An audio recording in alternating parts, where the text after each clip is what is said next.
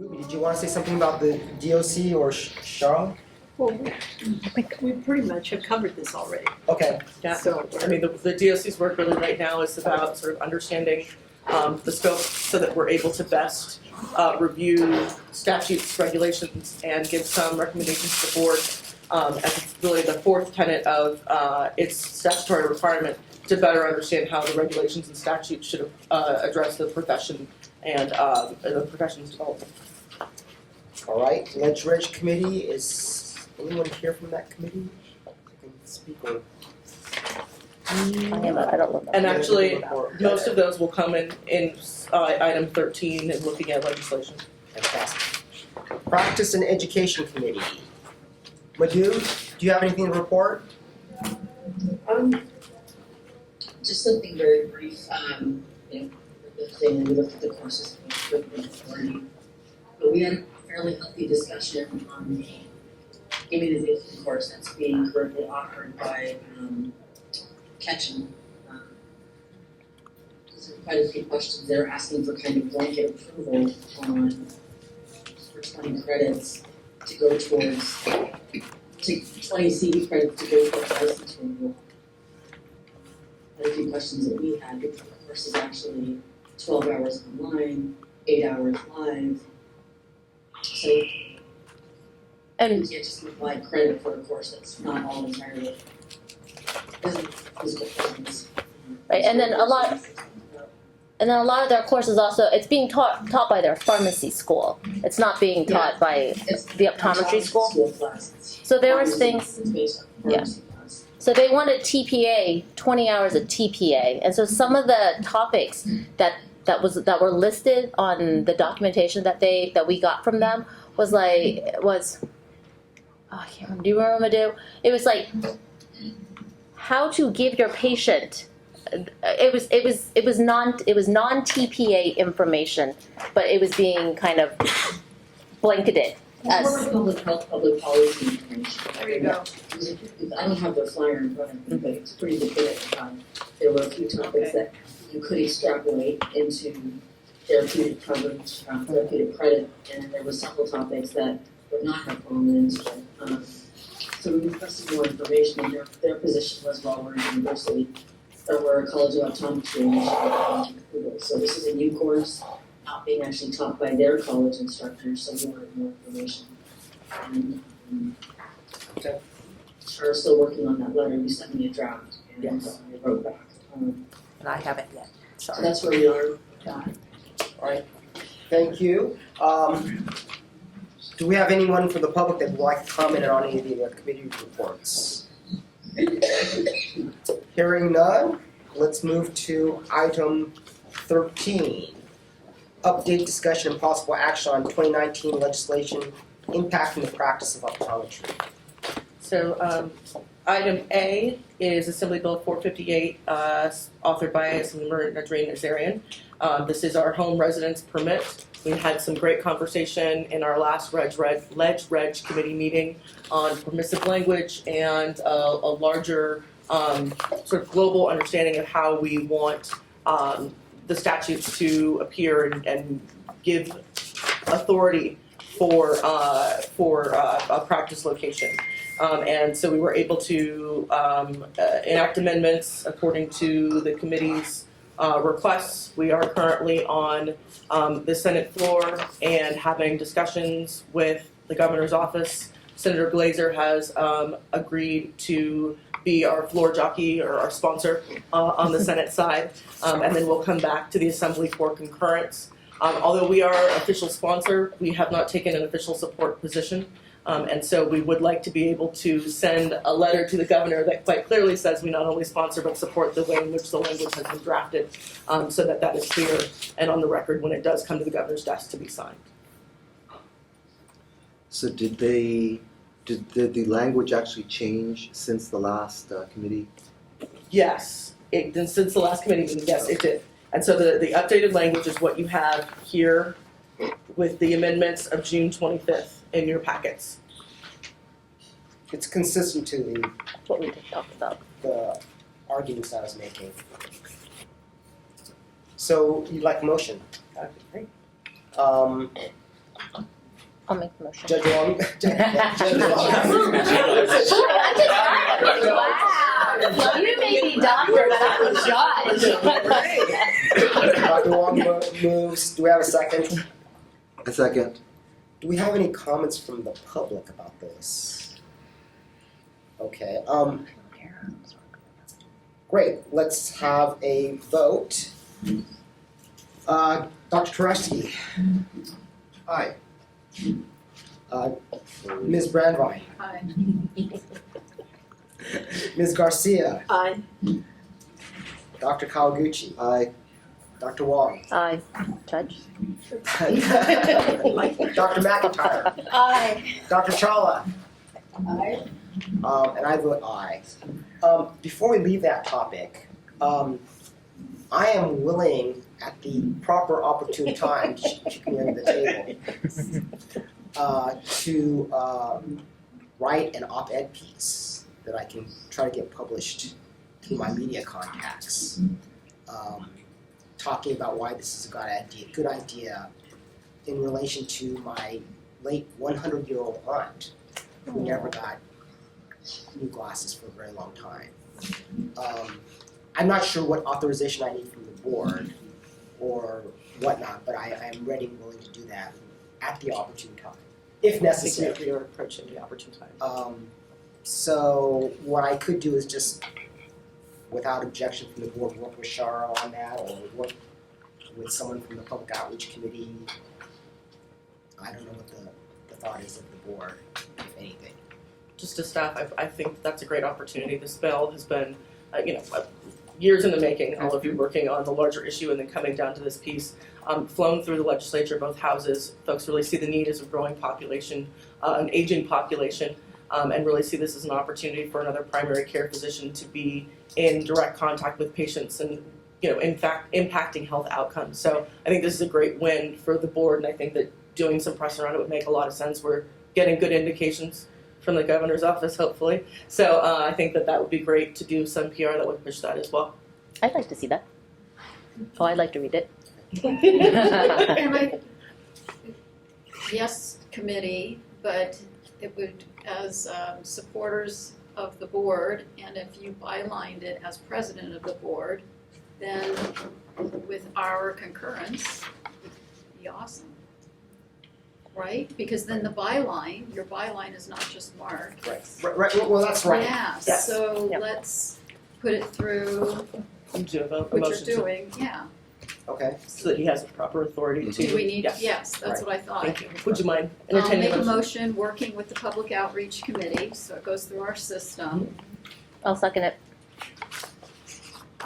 I'm just thinking, would we have to convene a meeting of the public outreach committee to approve the I draft? don't believe so. I think that we could run through our chair and look for some review, and I think that From the chair? the chair of the public Yeah. outreach committee. All right. And just go with one, based on some upcoming legislation. Yeah, just go to the chair working with Shara. Okay. Very good. So that's As long as more of a Michael doesn't have a work problem with group that. then. Okay. Isn't It that won't more of even just need to be a work group, it's just going straight to the chair. I think we're just looking for review that the president and I would Content. draft, but that it being a PR consideration, it would make sense for us to run the language by the chair of the public relations and outreach committee. But I think that certainly with the vote of the board, you have the authority to then Okay. So we need to vote. All right. motion second. Any comment from the public? Any comment from Dr. Chawla? So, yeah. All right. Let's see now. Which way do we I'll go? do it. All right. You do it. Sid Brandwein, Aye. Madhu Chawla, Aye. Deborah McIntyre, Aye. Rachel Mitchell is absent, Maria Salazar Sperber is absent, David Turetsky, Aye. Lillian Wong, Aye. myself, Glenn Kawaguchi, I vote aye, Ruby Garcia, Aye. and Mark Moradoni. Aye. Motion passes. The next item is Senate Bill 53, WILT, open meetings. So you'll see from the memo prepared by staff that this is a bill that has been run through the legislature several times. This is the first time that it's coming through with a new governor on the end. And so it's not made it through previously, but many of the board's staff here, Department of Consumer Affairs, fear that this sort of strict open meeting law that corresponds more with the Brown Act than with our open meeting, than with Bagley-Keene, would make it very difficult for us to do the sort of review that we're talking about on this letter, or to conduct work groups on issues like telehealth. We would then need to agendize and notice those meetings 10 days in advance. And of course, staff, understands and wants the input of community, of stakeholders, but it's also really important sometimes for us to just hash out research and figure out what it is that we're really presenting to the board so you can be most effective here in the room. And we really fear that SB 53 from local will really stymie our ability to do that sort of groundwork and then have productive conversations here with public notice meetings. Do we have comments from any of the board members? Do we have any comments from the public? Or Dr. Chawla, do you have any comment? I have a comment. Before I came to this board, in my former role with the City of Oakland, I was a very, very strong advocate of public meeting law and was considered an expert on Brown Act public records. The first thing I'll say is this proposal does not conform with the Brown Act. It's more stringent than the Brown Act. Since coming to this board, and the board's interest in consumer protection, I think if this bill passes, it will hurt consumers. And it'll hurt consumers in this way. As you know, I am a public member. I am not an optometrist. Before I started on this board, I knew this much about optometry. Well, except in order for me to prepare for a meeting, to be able to speak intelligently in these meetings, I need to reach out to an optometrist to say, what is this? This bill would prevent me from reaching out to another optometrist to make intelligent decisions at a public meeting. Our experience with Children's Vision, we had a tag team of Dr. Kawaguchi and public rep member Rachel Michelin. And they were able to very deftly try to bring a law into effect where children would be encouraged to get eye examination before they started school. A very noble endeavor.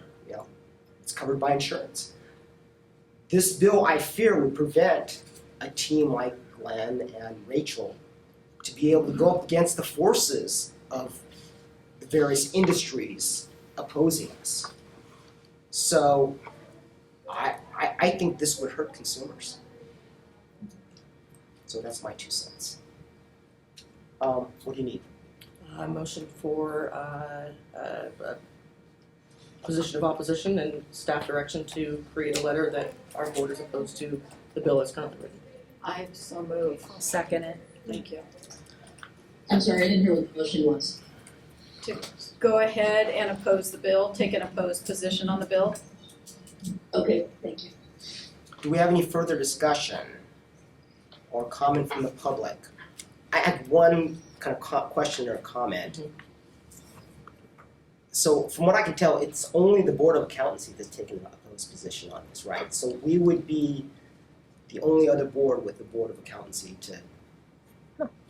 As of now. Okay. So in our recent, unfortunately, today is the other DCA Reg meeting, so I can't be a part of it, but the last one, there was a robust discussion among EOs and legislative staff that really this would very much hamper the ways in which their boards work. And so I foresee that other boards will be taking this up as well. It was very much a sort of EOs, this would make our operations very difficult. We should all take this back to our boards and see if there's the same feeling about this particular piece of legislation among our board membership. So I think that we will not be standing only as too soon.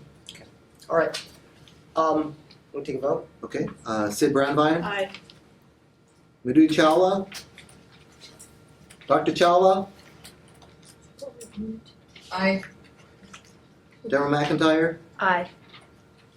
Rachel Mission is absent, Maria Cello Sperber is absent, David Turetsky, Aye. Lillian Wong, Aye. Ruby Garcia, Aye. Glenn Kawaguchi, I vote aye, Mark Mordoni, Aye. motion passes. Okay, 13C, Assembly Bill 1714, extended optometric clinical facilities. So you'll see from the memo that Vision to Learn, who we're glad to have in the audience today, has been negotiating with the Optometric Association and having conversations with the legislature about an opportunity or an avenue for nonprofit and public benefit organizations to do mobile practice without the current requirement to have an agreement with an optometric academic institution. You have in your packet what is most recently introduced, and then let's see the stack outside. Did we guess? Okay, do you mind grabbing some? I think all the board has the language provided to us by Vision to Learn that will hopefully be amended and in print. Their intention, as this is an urgency bill, is that this will need to go through both policy and fiscal committee before the end of the month for a full vote. And I'm going to make sure that I understand the timeline too. This is very much outside of typical legislative rules, and so I'm also going to look to Michael so that we can make sure that we understand what we can get comment from Vision to Learn so that we understand what their process will be and their willingness to work with us on how we would implement this. So I think. Does anybody need a copy? It is in you, it is, Yeah. and if you would like a copy, I have, yes. Sure. I can scribble on this. Jessica, is this different from the version on the public website? Yes, so, but it is in your, it's Handout. in the So this is Ledge Council language Okay. file. that has been submitted by the author and co-author's office on behalf of Vision to Learn that they're looking to have introduced. So I'd like to hear any comments by the board members. Anybody in Berkeley? Dr. Chawla, any comments or questions? No comment. I have a question.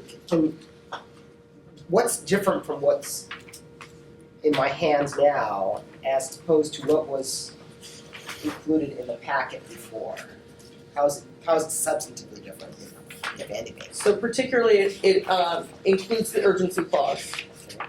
And then it also particularly for us, looks for regulations to be promulgated by 2021.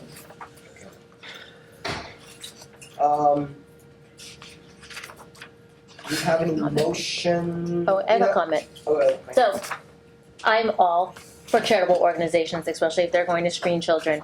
My question is, how will this affect mobile clinics as a whole? Because now we're kind of opening the door, right? This is charitable, this is providing service for a part of the population that desperately needs it. But we've had people come to the board meetings from other states who are interested in opening mobile clinics for profit, for convenience, concierge, whatever you want to call it. So if this passes, is this opening a door? I mean, then it's going kind of like Pandora's box, right? Will this affect mobile clinics as a whole? How will it affect mobile clinics as a whole in the future? So we have been told by Vision to Learn and COA that the intention is to very narrowly craft this so that they're not getting in the way of Lions Clubs, they're not getting in the way of VSP's mobile operations, and that Vision to Learn is able to meet their commitment to several tens of thousands of students for vision services before the end of the year. Their intention is not to open this up as a big Pandora's box. Right. But I, of course, am not a lawyer. So I guess my question is not, because I think Vision to Learn is fantastic. My concern is projecting to the future of all the other groups that are interested in coming in and opening up their own mobile clinics, more for just the convenience concierge factor. And I don't know, would this make it easier for them? And to piggyback off of Dr. Wong, if others came in and they stipulated that they're providing services to children just to use that as the avenue to get in, we do have precedent setting, wouldn't we, Michael, at that point? That is not the only requirement. Right, So they are that's- not allowed to accept payment for services. Okay. So I think that there's Except to Medi-Cal. except Medi-Cal payments, yes. This is hard. I actually think that, I think that this should be more liberal than it is. I personally don't have a whole lot of issues with opening this up to a greater number of people and putting in other conditions. So I say this is a good first step, but that's just me.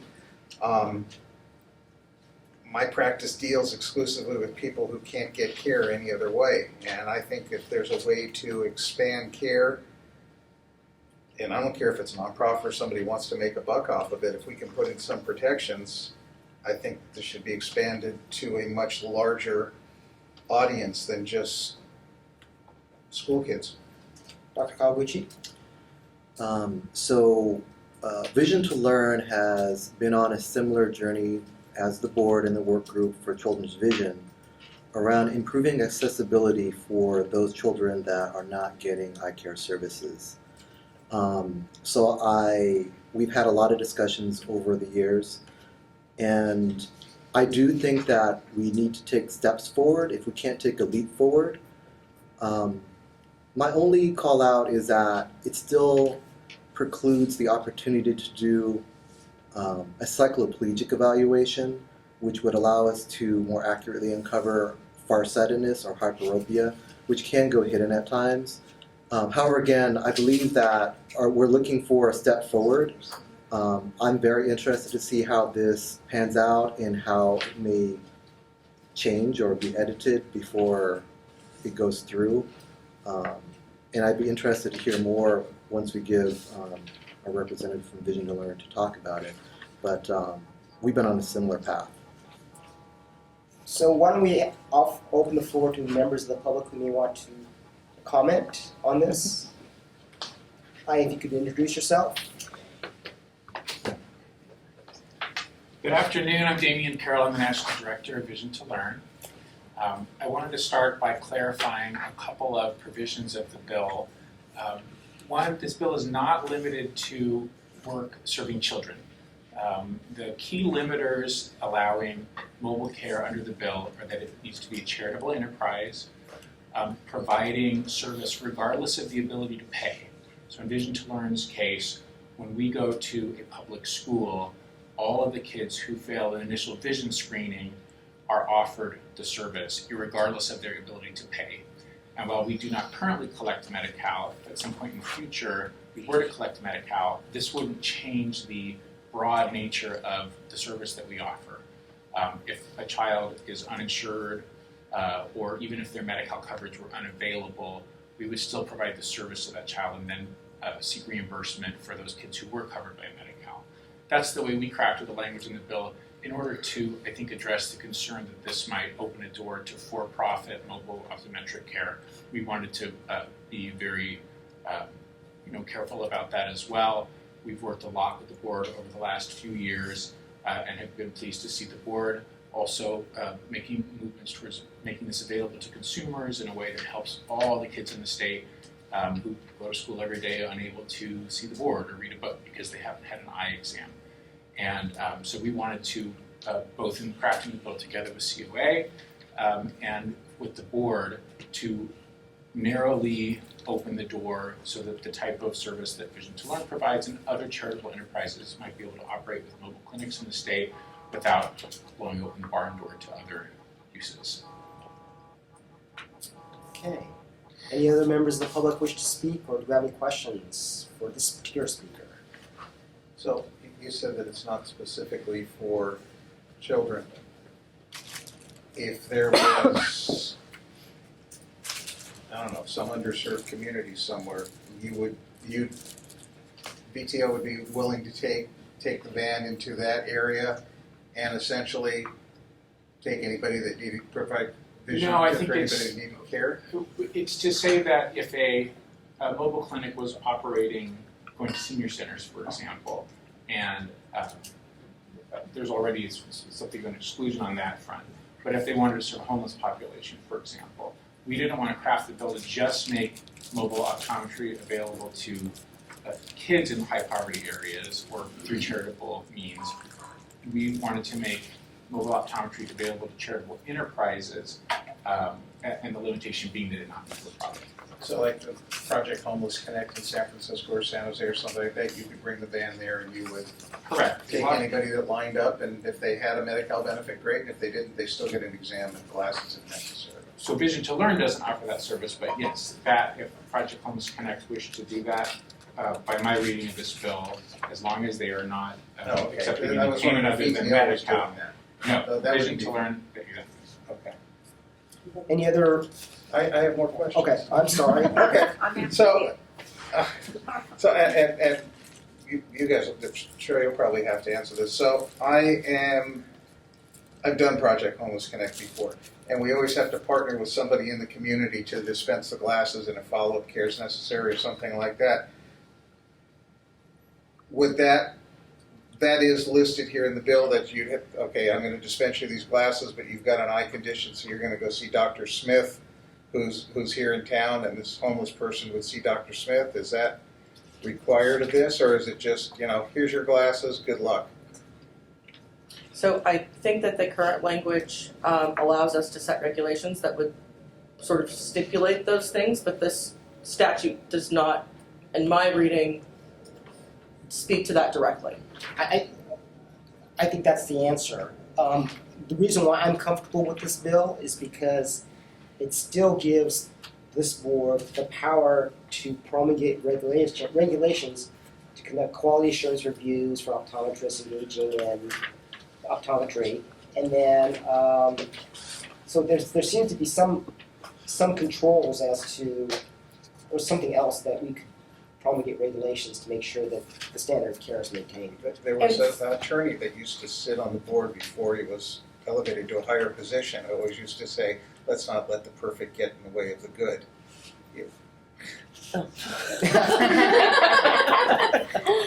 And then just to add, of course, these optometrists who are practicing in this mobile clinic would be upheld to the tenets of their license. And so if you need to refer, then you of course would be required to refer as a licensee.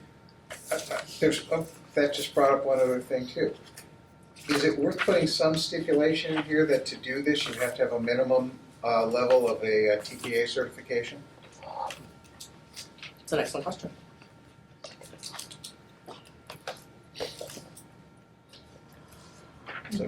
Okay, who else was in the queue? Yes. Food for thought here. It says, facilities shall not accept payments for services other than those provided to Medi-Cal beneficiaries. Isn't it true with medical insurance such as this that if you provide the service for free to other people, then you cannot charge someone else for it if they have the insurance? So if you're providing a service, the same service for free and to Medi-Cal beneficiaries, then it's gotta be free for everybody. That was a rule that the Center for Medicaid and Medicare Services enforced for years. It is no longer.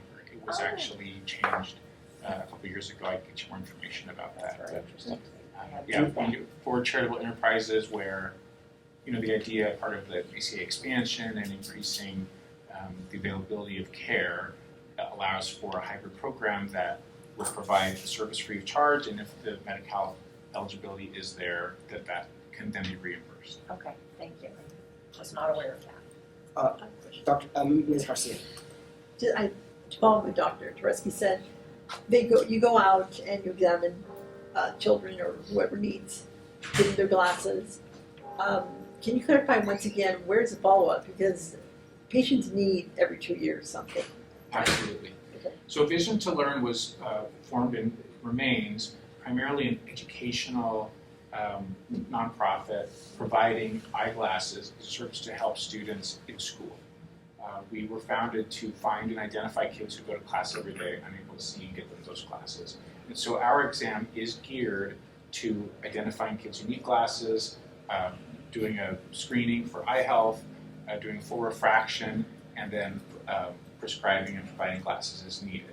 And we do have a referral that is provided to maybe 10% of the students that we see if they need a cycloplegic exam, strabismus, amblyopia, any kind of follow-up that lists local optometrists who have agreed to be listed on our form, typically those who accept Medi-Cal.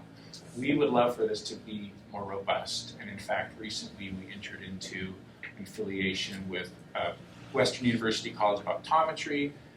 That's sort of a pilot program for students in Pomona, where through data sharing we are actually able to provide more information directly to WUCO about the student and their reason for referral, and then Western can actually reach out to the student's parents and encourage them to come in for the exam and let us know what has come of that. We need to do this region by region, and of course it requires partnerships with local optometrists. That is very much a piece that we would love to increase, our transparency and the rate of the kids who actually get referrals. Another example is with UCLA, Jules Stein Institute. We have a partnership where their mobile clinic will come out after hours in some communities to see the kids who need cycloplegic. Dr. Darcy? Have a number of county vision plans. I know you're in LA, and LA Care has assigned their Medi-Cal benefits for well vision care to VSP. Have you had any discussions with VSP if they're going to be willing to pay you for providing these services? So we have reached out to VSP, and the word that we got from VSP is that the existing regulation regarding mobile optometry being limited to programs associated with a school teaching program meant that in their view, we were not allowed to be reimbursed yet. So there is, this law would sort of move that regulation and put us more into official compliance, and it could make a change on the front. It's just everywhere you operate, VSP is the assigned beneficiary. That's right. Or the assigned provider of benefits. Any other questions or comments by the board? Dr. Chawla, anything from you? No questions? Before, I guess the topic is, do we want to entertain a motion to support, oppose, or not do anything? Shara, you wanted to comment on the requirement that the board adopt regulations by January 1st, 2021. Just having AB 2138 regulations or continuing education regulation package, we're of some concern that there won't be an opportunity to really vet this and have regulations adopted by January 1 of 2021. That there's, I think, a good deal of discussion that the board will need to undertake, probably some work group and committee work that will need to occur before we are ready to actually put a regulatory package forward for consideration by the Office of Administrative Law, let alone the lead time that's needed for that then to be approved by the Office of Administrative Law. So we're concerned about the timing of regulations operative by the 21st. Adopt regulations by January 1, 2021. When, Shara, do you think you can get them submitted to the Office of Administrative Regulations? I think that it is possible that this board could go through its discussion so that we are able to develop a package that really represents the sorts of controls we want on the operation of this sort of practice modality, and possibly submit something by the end of 2020, but that certainly would then mean that we're looking at, of course, the additional lead time from OAL that at this point is 1.5 to 2 years to have a package reviewed and approved. I mean, that seems we shouldn't be like tagged to these deadlines if it's just sitting in OAL for 1.5 years, right? It's not gonna it's not going to sit with OAL for the year and a half because once it's submitted to them, they have 30 days Oh, I see. to review the regulatory package. Where we don't know the time is the review within DCA and the agency process. So that's where the unknown is. Even if you had submitted, let's say you were able to vet a proper reg package with the language that the board's comfortable with by the end of this year, 1 year is still not enough time to get it approved over at the Office of Administrative Law. Yes, sir.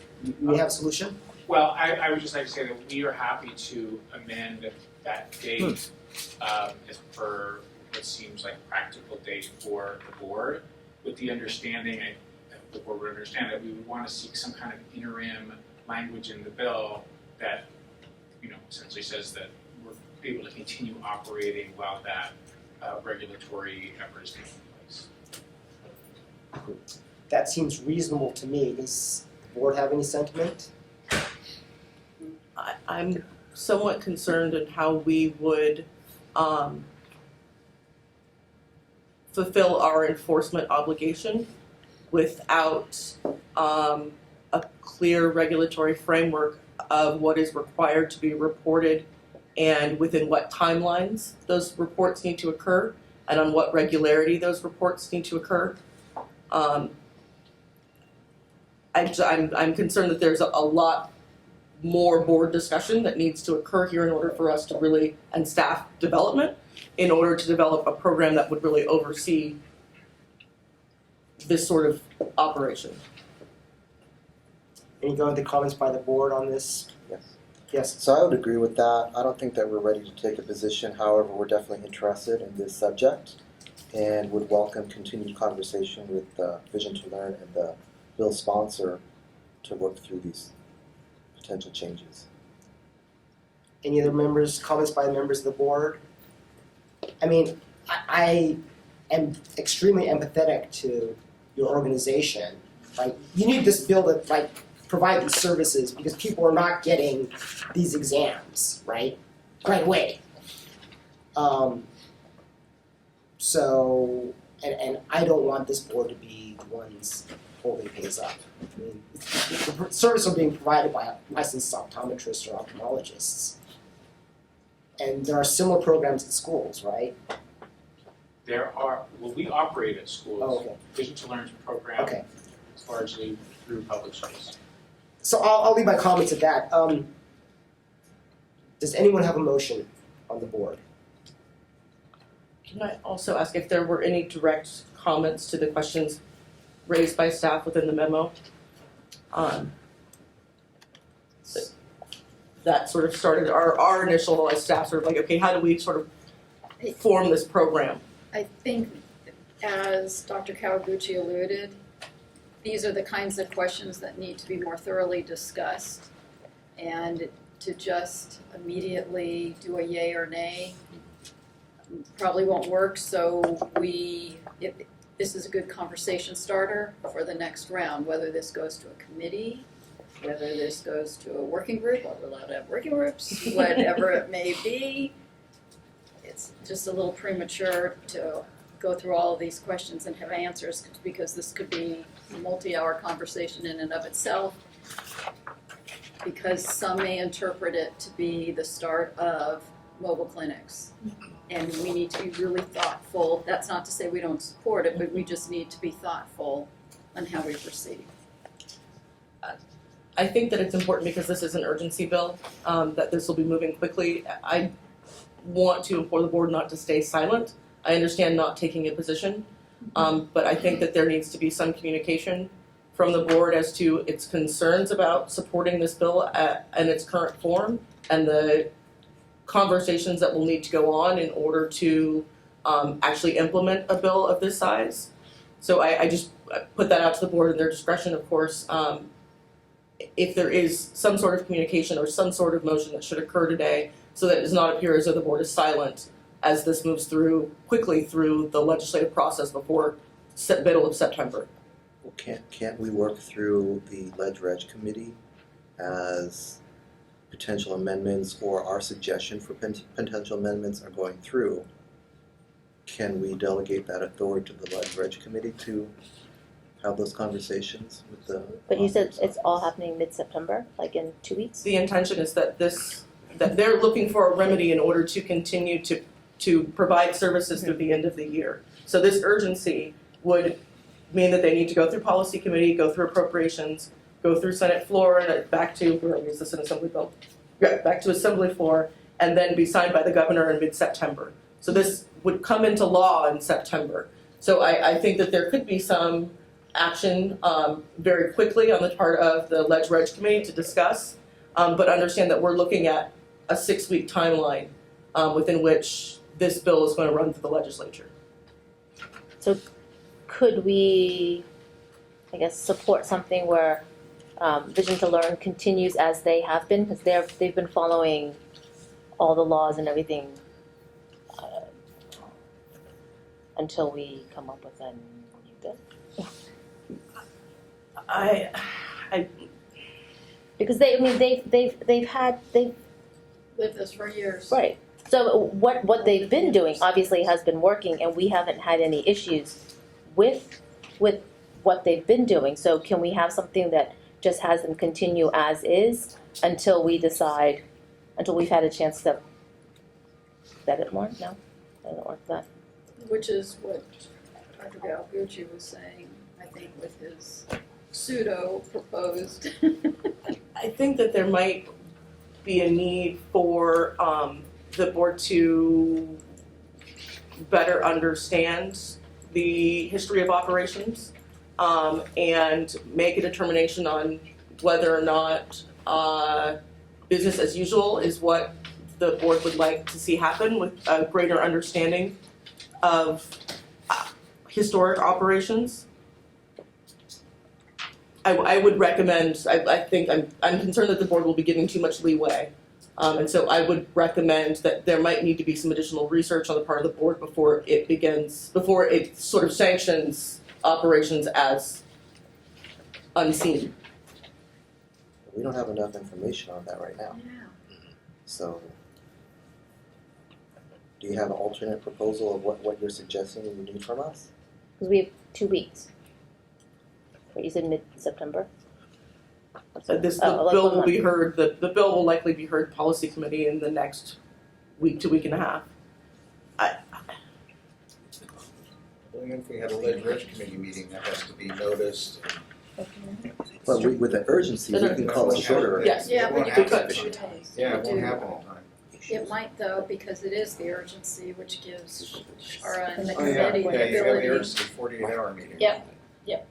So we should have a meeting on the Ledge Reg Committee Yeah, and make a decision. let's use our process. That's why we have a process in place to be able to handle matters that come before us of urgent need. And It needs a little. a little more. So, the motion I think that's being generated is to delegate to the Ledge Reg Committee to study this and authorize it to take a position on behalf of the board. Can we make a motion to oppose because we don't have enough time and we need more time to study? So then that way Shara can at least say that the board wants, we're opposing it, but because we need more time. And if we have only 1 week, obviously that's not enough time. And if we need to have a Ledge Reg Committee, you need 10 days to post it anyway. So we won't even be able to. It's possible we could have an urgency meeting, but I think that there is a need to gather the research and that informs the discussion of the Ledge Reg Committee so that you're able to make a decision on what this sort of framework looks like. Right, so if the board were to oppose because we don't have enough time, so we need more information, then at least we have a stance. And then we can gather the information and talk about it. I feel as though there isn't a consensus about how this board wants to see mobile clinics as a whole go forward, or how mobile clinics should really be regulated, particularly in this instance. As staff, I don't know that we have enough direction from the board in order to appropriately move forward with operations as they are. Right, so we need more time. We need more time, we need more information. So if we oppose because we need more time and more information, then we at least have taken a stance. Yes. And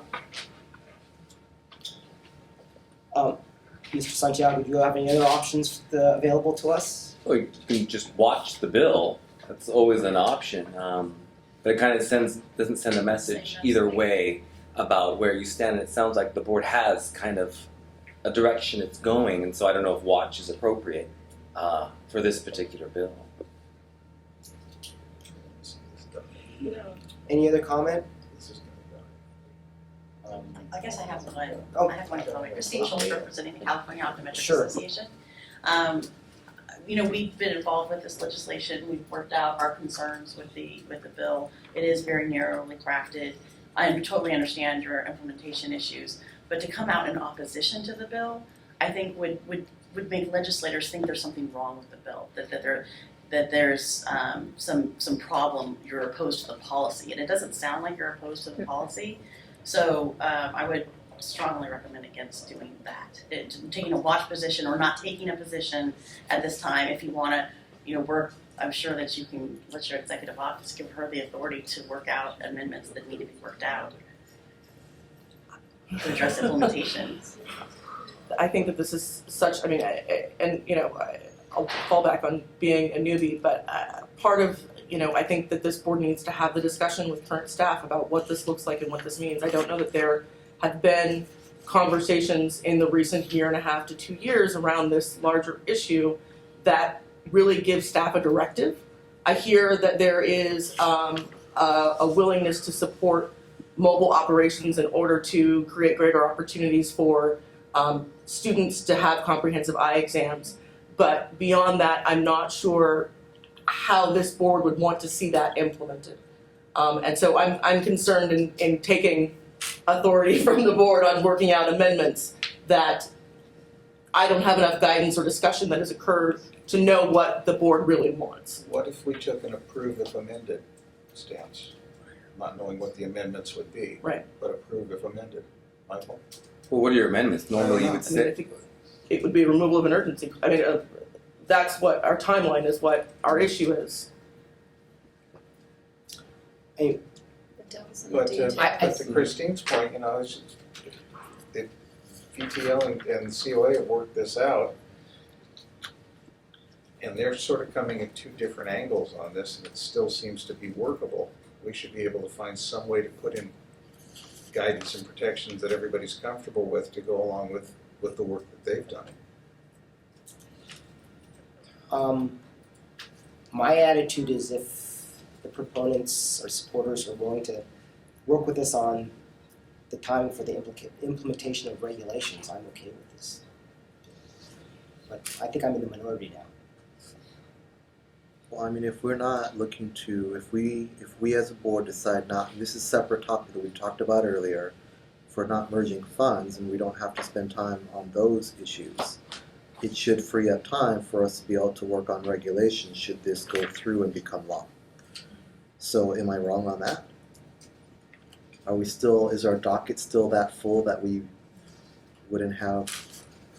Well, different dockets, right? So we have our docket of the merging of practice acts, right? Well, first, so we are merging funds. That bill is moving through the legislature, has support and sponsorship with this board. Merging of practice acts was something that we discussed as far as potential legislation. We have tabled that, but what we're discussing is the ability for us to put together a regulatory package that enacts this bill around mobile clinics.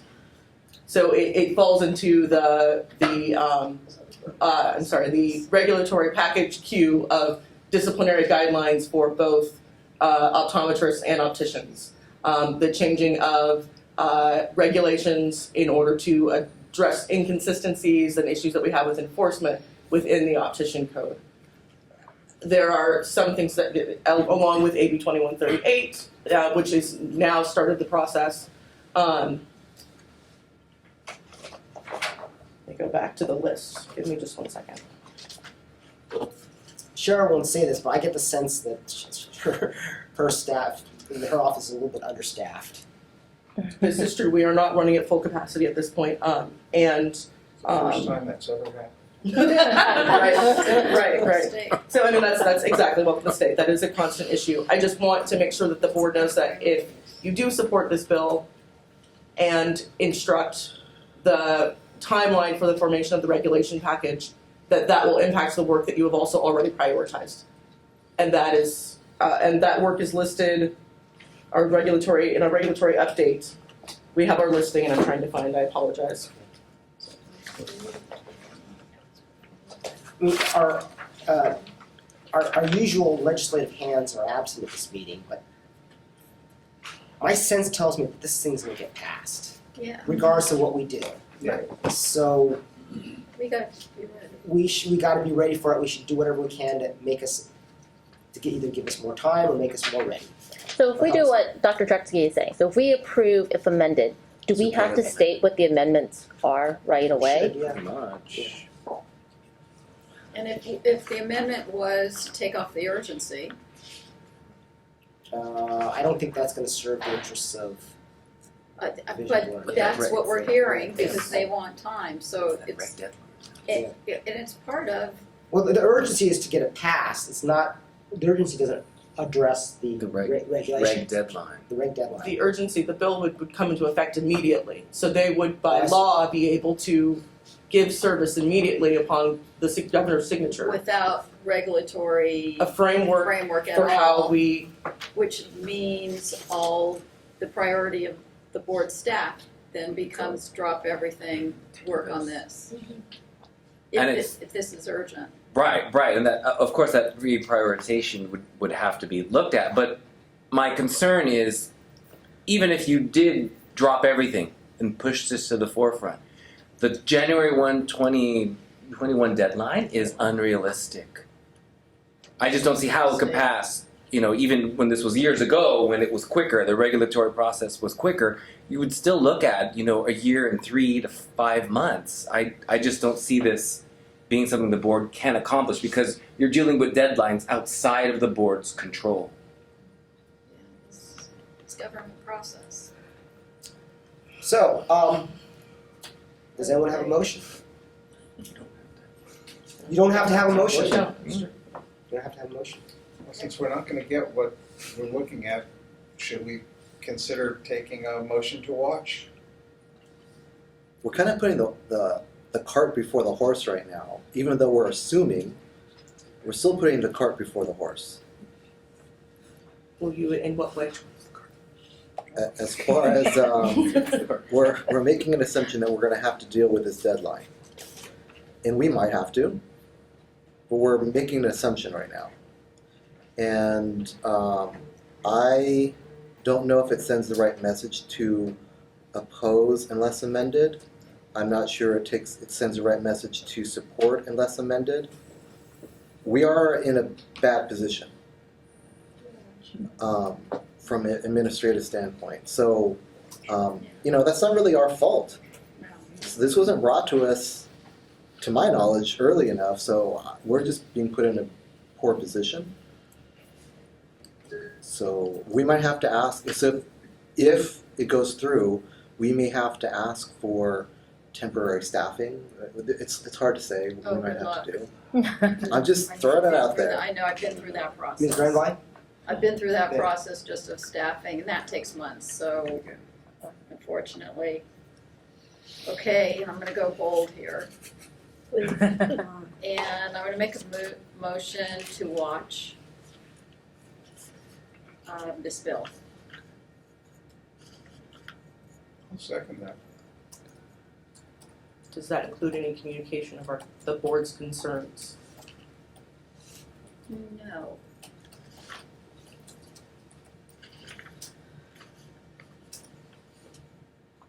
Because I just don't want to confine us or them to one particular topic. And if I just feel like we watch it, it can still move.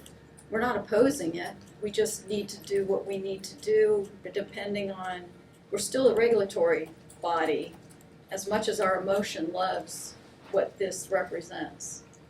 We're still a regulatory body, so staff needs to do plenty of time. Government needs to work through its processes, and if it goes through with nothing, we're accountable. Right? Isn't that, Michael, wouldn't we be accountable? As the, if we do not have the framework in place, something happens. Well, especially with it's again, it's that deadline that I know. it's just not realistic So, right now. Before we vote, if I can throw out a comment. Or a friendly Do you have a amendment. second on We that? had a Well, second, directly. There has been a second, yeah. I'm not ready to make this amendment, I'm not ready to make this amendment to your motion until I throw it out there. The other option, I suppose, is support if amended, and the amendment is to give us more time for the regulations. That's the other option. Is that's Yeah. specific? You can do that. No, I just noticed one thing that I didn't notice, yeah, it does require us to put regulations in place. Yeah, we can't do it, okay, So- sorry. My- withdraw my Isn't second. there- And I'll withdraw it. I'm gonna withdraw it Timeline Oh, needs it's to happen. withdrawn. and go ahead. Wait, before you, Yep, so isn't there a problem with the timeline where if we do get that extended, that could mean that they're functioning in limbo still, without support of laws and regulations. that was my point. That's my point. So I'm not comfortable with that. So my question is, what's different than what they've been doing this whole time? So if we support, if amended, we need more time, so they're going to continue to function as they always have been, They just won't be able to bill Medi-Cal pretty much. right? And so if they can't bill Medi-Cal for the year and a half, however long it takes to get amended, they're still functioning as they have been. And we have time to figure out regulations, do everything that we need to do. So I guess my question is because they've been they're not a new entity. They've been around, we have supported them in the past. So if they were to continue to function as is for the next 18 months, how is it different than? There's a couple other safeguards put in here, like the notice of who to file Right. complaints with, and a few other things like that. But all in all, it's minimal.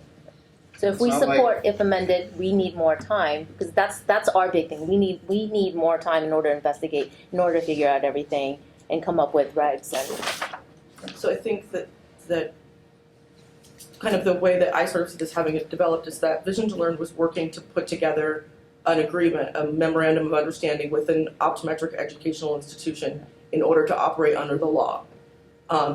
That is not possible. None of our 3 optometry schools are interested in taking on the liability to do that. Right. So So we're there is a need for them to figure out how to operate within the law. And so they are creating a law that allows them to operate. So how were they functioning before? What law were they functioning under before? There's laws, I think, that govern the schools. Okay, so they were always under school. Yeah, Okay. so now that we'd have this limbo period, and I would think in a court of law, I'm not an attorney, but if something happened, they would come back to the State Board of Optometry as the primary regulatory body. Whether we had the regulations in place or not, somehow I feel like we're going to absorb liability here. And that's my level of discomfort. All right, so we have a motion on the floor to take the watch watch. position. That's been seconded. You pulled the second. I pulled the second. That's okay, I've got, yeah. All It right. could be turned, not second. One more question on this. You were saying that they're essentially working, the outskirts of the law. I didn't say that. Well, not on the outskirts, not on the outskirts, but there's nothing specifically in regulation that supports what's going on. But correct me if I'm wrong, wasn't there a trailer bill like 3-4 years ago that allows VTL to work and perform within the LA Unified School District? No, there was the board's bill, the Bates bill, that we gave a heavy commentary into, but it didn't make it out of committee. If I could recommend, I don't know if this is proper, we would. I'm giving you the floor for a moment. We would yes. very much be open to a motion to support if the date is amended and work with the EO on appropriate language for the transition period that allows Vision to Learn to continue to operate as we've been operating in the state until those regulations are in place. I can't say exactly what that language would be, but I think if that's the directive to Shara, it would be she would have a lot more guidance to know that that was the intention and that we're trying to phrase the language in the bill that allows for the continued operation of existing mobile clinics like Vision to Learn in the interim as the regulations are being developed by the board, and give the board as much time as you need to do that. But then who's governing it? The optometry schools, or have the Well, optometry schools then ceased? No, there would, in the interim, there would be some language in the bill that says until such time, I mean, maybe it's grandfathering in current organizations, or, with some stipulation about how many kids they've served, or off the top of my head, I couldn't say exactly what it would be. But some kind of language that says basically status quo until these regulations are created by the board and enforced into the new registry that the legislation sets up. And that's currently with optometry schools, so. No. No, it's not. it's not There's at not- all. they're not currently operating with an optometry school, and this would relieve them of the need to have an agreement with an optometrist. Okay, I thought, I think Sarah Part said the of word it- limbo earlier, that's yeah, I thought. essentially how That's the same situation that the Lions Club is in. It would also, is that the same situation that the VSP Vision Van is in? Yes. that's correct. So, I mean, we're not talking about just one entity here. We're talking about several entities that do charitable work. So it's basically applying to everybody who has a mobile clinic who's doing charitable work. No, not necessarily, because there are some mobile clinics that are being overseen by medical doctors, and in their laws and regulations, there's an ability for them to provide that service. So, once again, I'm asking the board if there is any motion on the table regarding this bill. Going once. Going twice. Okay, if there's no motion, then there's no action. Then that moves us to item number 14, update, discussion, and possible action regarding the 2020 calendar review. Within your packets, you've all received suggested meeting calendar for 2020 for both committees and quarterly board meetings. We have addressed the potential calendar and these suggestions looking at budgetary needs as well as the ability to provide staff within the room to implement the directions and votes of the board prior to or post the meeting, and have detailed sort of our considerations here in the memo. I would love to hear from the board as to their thoughts on the current suggested calendar. So, actually, before you hand it over to the board, there are certain budgetary considerations you took into account and legislative considerations.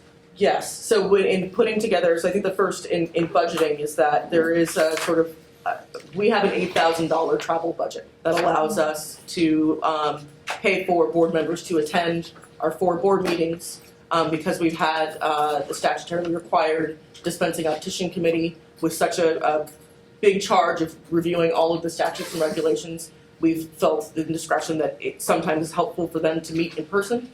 So our $8,000 goes to that travel as well, and then any staff that attend meetings, that $8,000 is also our budget allotment in order to get staff to those meetings. So the sort of unwritten rule is that the sort of standard is that you have a 10-to-1 board to staff ratio in the room for your board. As a board of 11, that would mean that we'd be looking at having one person here for board meetings. Counting you. Counting me. And so I think that there are some things to be said about whether or not our travel allotment is actually appropriate for our size board and what we have in front of us with undertaking the optician regulations and statutes and that review that is a statutorily required, one of the 4 components of our taking on authority. But then there's also how can staff administratively look at ways to cut costs. So if we are no longer traveling on Friday nights, is there an opportunity for us instead on Wednesday evenings or Tuesday evenings to use our budget a little bit more effectively? So the main thrust here is that in order to increase the participation of staff in order to make sure that I don't leave here and go home over the weekend and completely forget everything that all of you said. That we've got an opportunity to do a better staff download. And so we're suggesting that we move the meetings to midweek in order to accommodate less expensive travel and then business days immediately following the board meeting and committee meetings in order to enact the will of the board. Sure, I'm gonna take my prerogative to ask the first question. Who set our budget at $8,000? I don't recall ever a discussion here at the board. She's gone. Oh, she's gone. She left at 3:20. I know, did we? Oh, we need to go into recess. Well, it's a little late, she's coming back now in what, 2 minutes? I was trying to wait, I don't know how long this discussion's gonna take, but if close to finishing, then talk to them to allow a delay for me. Oh, thank you. She didn't. I was trying to She didn't finish. leave. the She's meeting. been, just to be clear, Dr. Charlotte has been with us this entire time. Okay. We do want to take a recess in order to allow her to participate in the memorial service Right. at Western. So, my dude, let us know when you're ready to leave. We'll take a recess. I'm just, I mean, I can wait, this is the last agenda item, but I don't. Yeah, okay, Okay. alright, fine. Okay. So, I don't remember this board setting a travel budget at $8,000 or discussing it at all. So who set that budget? It's the budget that was handed on day one. So I'm not sure what kind of conversation occurred by staff or. I remember I never closer to like remember- I don't remember 15 or talking about it. 14. Right, says 8. Yeah, it was never 15 or 8. 14 is usually what we spend, No. but that's not what the Our budget what we're allotment budgeting is. for. Yeah, That's 8. the allotment.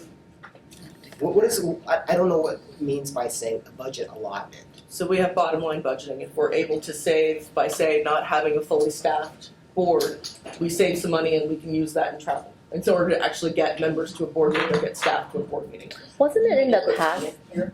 I'm gonna do it. I'm sorry, what she said? I think we can just look at it, is it the right thing, is it like better for the board in terms of its functionality? I don't know that it is necessarily, I do know that we've been traveling around a lot lately, so rather than Sacramento is a lot less inexpensive.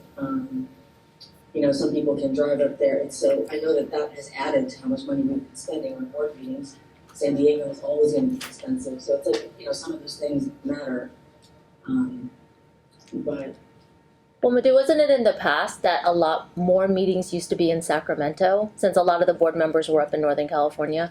So no, this, we used to split it, because actually sometimes there was a time where a lot of the board members were from Southern Cal, so we had you know, at the colleges of optometry, we did do hotels for, you know, so it was just kind of people flew in for the day, and more people, it depends. We were more heavy Southern California the first several years, and so we only had a few people flying in from Northern California, and then like a few staff members. So do you have any more comments from the board about these ideas, these dates? can we increase our travel budget? Yeah, 1 for 10 seems kind of crazy. Inadequate. In the budget discussions I was in, what you get to do as vice president, Glenn, they give you a budget, say, here it is, look it over, and you look it over, and it's, can we make changes? No. But if you go over in one, then they just move money from a different spot, put it in that one. Hey, you went over here, but you didn't spend that much in postage. You know, widgets were much cheaper this year. So would that save money, and they put more money into that?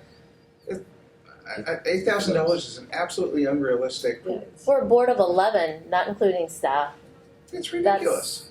for 4 meetings well, statewide we end up, And committee meetings. and community meetings. we don't go over budget, but the bottom line isn't over budget. Right. Holistically, Right. we're a board that's Still been makes it. spot on or Mhm. actually under. And I'm not certain changing the day of the week would get draft minutes out before, 2 weeks before a board meeting to a secretary. I look at this and most of us are volunteers and it interrupts, as volunteers, it interrupts our work week that much more. And I look at all the standing meetings that are Tuesday, Wednesday, and how that will change because that interrupts then Tuesday as well as Wednesday, which are the 2 primary days of the week for business, I would think. So if we, Thursday, Friday. if we kept them on Friday and just had more staff able to travel to the meetings, would that, Have less staff. no, more staff? Because the issue is right now, if it's a Friday meeting and there's this 10-to-1 ratio, or even like if there's minimal staff there, then they have to recap. They can't recap until Monday, so there's the 2-day Oh, I see what you're weekend where information may be lost. So if we could increase our budget, or a lot more towards our travel budget, so that enough staff could come to the meetings, then there's really no need, then you have enough staff minds there to remember what went on in the meeting, so there's no need to immediate recap. And we And tape then- it and we video it. And then we don't You can't interrupt them, produce because I think Wednesday it's harder, it's right in the middle of your work week. Dr. Chawla? I was gonna just get back to the comments. Wednesday is just like smack dab in the middle of the week. It kind of disrupted. That wasn't really. I can't say that we can certainly, so I think that part of our ability to have done this and to be under or spot on our budgeting is that we haven't been fully staffed, that we have been able to find things in other places. I am working with our budget analysts, we've been able to find funds in other places that we could move around. I'm working with our budget analysts to better identify where those might be going forward now that we are trying to have the board fully staffed. And so this was one way that we saw we could better get in line with one of our budget items. But if we're hearing from the board that smack dab in the middle of the week, regardless of cost savings, does not work for the schedules of these volunteers, then that's Yeah, because that's flying out on a Tuesday to return back late on a Wednesday, and to go. Just from the experiences that we've always had, we try to make the board meetings as accessible as possible throughout the state. And like in San Diego, nobody Yeah. showed. The only people that showed up were the people that flew down there, like from the COA or something like that, and the folks from DCA. So no optometrist ever shows up to those things. Nobody shows up. We just for tried. clarification of record, we did have 2 optometrists, public show up for the San Diego meeting. Right. we One did. was Dr. Pam Miller, just to be, yes. But yeah, that's true. Yes, Yes. Dr. Miller was there. But in general, it's very poorly attended. So what if we were to do 3 meetings in Sacramento to essentially eliminate staffing costs, and 1 meeting somewhere else in the state, and that way you only have a few people coming up here. Or Just with the planning of flights, it's not cheaper. And what about teleconference options? Here's something that's worked with Dr. Chawla. Or could we have meetings in Sacramento and have one staff fly to another spot and have that be our satellite? Second satellite, hub and satellite. And that could be the telemedicine. So Wait a second, let's go, Madhu. Okay. Right, so basically we could reduce costs by keeping the majority of the meetings in Sacramento, but we could still have Southern California involved if one staff member were to fly down and have telemedicine and have a separate site, and then that way we could, we could teleconference, and then that way we could definitely reach all the different parts of the state, and we could post, it's in Sacramento and LA or. So LA let or us San Diego. take this back. So I think that this is good input. You don't like Wednesdays, Tuesdays, and Wednesdays. So let us. I do hear though that you want us to explore flexible ways to involve staff and to look at how we can control travel costs, which might mean not being quite as might not mean not going around the state quite as frequently as we do. And so I think that that's great feedback that we can take to figure out how do we reduce staff travel costs. So then, thank you for this discussion. The board then, or the staff then suggests that this calendar simply be amended, that these meetings would take place on the Fridays of the weeks that they are listed, and hope that the board will go back to take a look at personal calendars to see if that might work for them so that we can adopt a calendar at the next meeting. We lobbed this out, didn't work, we get it. We also put together this calendar looking at Friday meeting dates of those same weeks. So we'll ask the board then to take a look at that, and hopefully we can make a motion to adopt a calendar, make some amendments to make a motion to adopt the calendar at the next board meeting. Well, looking at this, if we're moving everything over, in August 2020, it says 2-day meeting. But it says 2-day meeting on the 5th, 6th, and underneath it, it says board meeting 12, 13. Is it Is it the 5th, 6th, or the 12th, and the 13th? Will you tell me, so we were the. It's August 2020. It's just the way it's printed out Yeah. here, is that it's It was the 12th and 13th. the 12th and 13th, so we just moved that over to To 13th, 14th. 14. 13, Okay, 14. I didn't know if it was 5th, 6th, or 12th, 13th.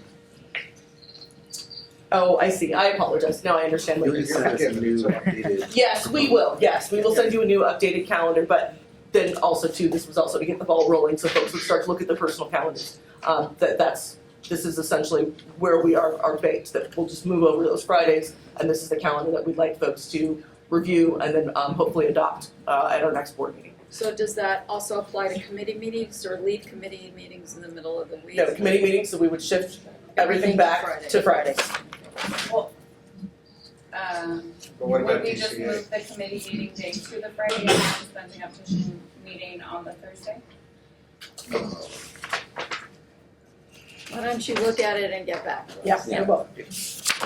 All right, any more comment on the, So I guess my one thing is that I said board meetings majority in Sacramento, you would still have to fly board members up from Southern California, but that would definitely cut significant costs. Maybe sort of. Unless there was a teleconference location, we may opt to stay down in Southern Cal. So I think that there could possibly be some creative things we could look at as far as teleconference and kind of, I think, understanding the limits around board staff participation possibly through means of technology as well and figure out some ways to look at that. Or they could also be, or staff could be in Sacramento if you had meetings elsewhere too. And I just have one more comment. It was our intention to move the September committee meetings up 1 week to accommodate the Vision Expo that the majority of our dispensing optician committee members. So you're talking the 16th, 17th? Correct. So 17, 18. So, I'm sorry, which dates are you moving them to? So we're 17th, 18th. 16, 17. We're looking at 17th. September of 2020. Oh, And then 2020, not September, this right, year. exactly, Okay. September, this is the proposed calendar Yeah, for 2020. So we're looking at September of 2020. The original staff suggestion was that the meetings would occur, committee day would be the 23rd, and dispensing optician committee day would be the 24th, in order to not run into International Vision Expo West, which takes place in Las Vegas and is slated from September 24th to the 26th. We would move those dates to September 16th and 17th. And one other thing is, when you're checking the dates, make sure that it makes sense with the legislative calendar. Yes, and that we have done as well, so that we are more aware of our ability to, not necessarily on super tight timelines, but to review bills after they are introduced, to comment on bills as they come back from resources and recesses, and as committee deadlines become, as committee deadlines. You can't travel. all right, any more discussion on item 14? We have one more item to go. Hearing none, future agenda items. Board members, are there any future agenda items you want to note for the future? I have one item, I'm not sure it's an agenda item, it is something, a question I had asked staff a ways back. Remember our concern about cosmetic lenses around Halloween time? I suggested that we do something in a PR basis. Yes. I would hope that we could do something about that. One of my ideas, way back before your tenure, is to put a link on the Board of Optometry site to the FDA site. They had a great video on how nasty cosmetic lenses are. And that would go a long way to spreading the message here in California. I was told, I don't think it was by you, I think it was from No, it prior was prior, but prior you have staff. mentioned this to me and we haven't. That, DCA policy says you can't put outside links on your DCA website. I'm not blaming you because it wasn't you. And I have gone through 2 or 3 other DCA boards, and they link to federal government websites like I suggested. As do we, and so our own information links to the Federal Trade Commission's Contact Lens Rule board page or web page, but I am not aware of the the video that you were speaking of, and so what we need to do is to find that video, and I don't see why it would be that that particular piece of intellectual property couldn't be linked while a link can go to another piece of intellectual property. So I'm not sure what was behind that determination. I think we just have to find the video and get it up. Okay, thank you. I don't know if it's Before Halloween. Before Halloween. Yes, and we are currently working with DCA Communications on blog posts and other PR material that will that speak to the need for a comprehensive eye exam and a prescription in order to use cosmetic or theatrical contact lenses. Any other items for future board agendas? All right, then I think we can just adjourn the meeting without a vote. And 4 o'clock. At 3:50. You were Thank right, you it all was very 1 much. hour.